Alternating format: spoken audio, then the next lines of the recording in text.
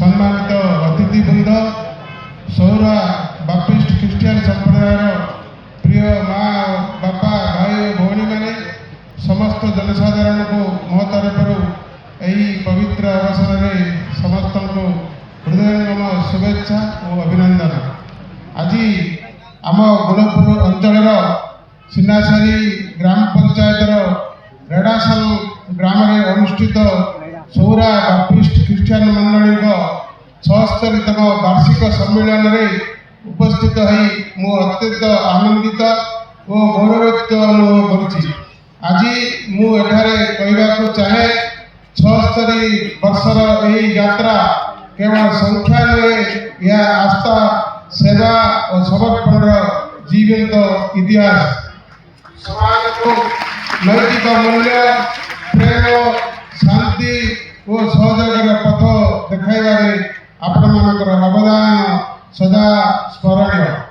आस्था श्रृंखला और सेवा आपण मानकर दीर्घ 76 वर्षर यात्रा समाज पाए एक उज्जवल प्रेरणा। यही सौरा बापिस्ट ख्रीष्टियान मंडली सम्मिलनी आमको स्मरण कराए एकता शक्ति रहे, सेवा सत्य सुख रहे, वो भल पाइबारे मानवतार मूल रहे। सौरा बापिस्ट ख्रीष्टियान संप्रदाय आस्था प्रेम क्षमा और सेवार मूल्यबोध को जीवन में अनुष्ठान करी समाज को उज्जवल दिग्दर्शन दे आछंती।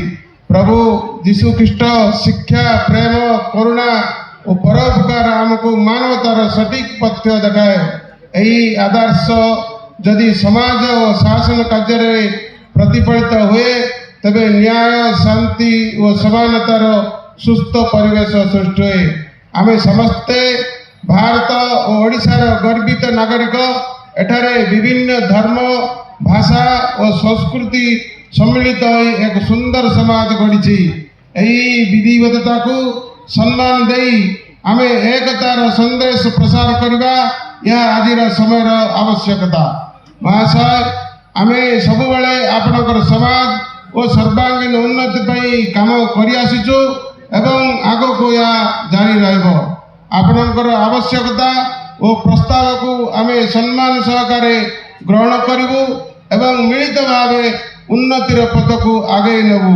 आम प्रतिबद्ध स्पष्ट ग्राम और सहर उन्नति परिष्कारिता पानीय जल स्वास्थ्य शिक्षा रे गुरुत्व आमे समाज हाथे हाथ मिसाई काम करिबु। संप्रदाय प्रशासन मिसिले उन्नति द्रुत और स्थायी हुए यह मोर दृढ़ विश्वास।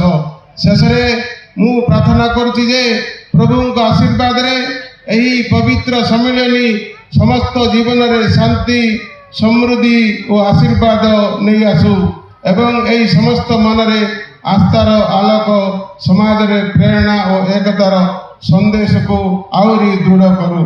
धन्यवाद समस्त नमस्कार। Thank you sir.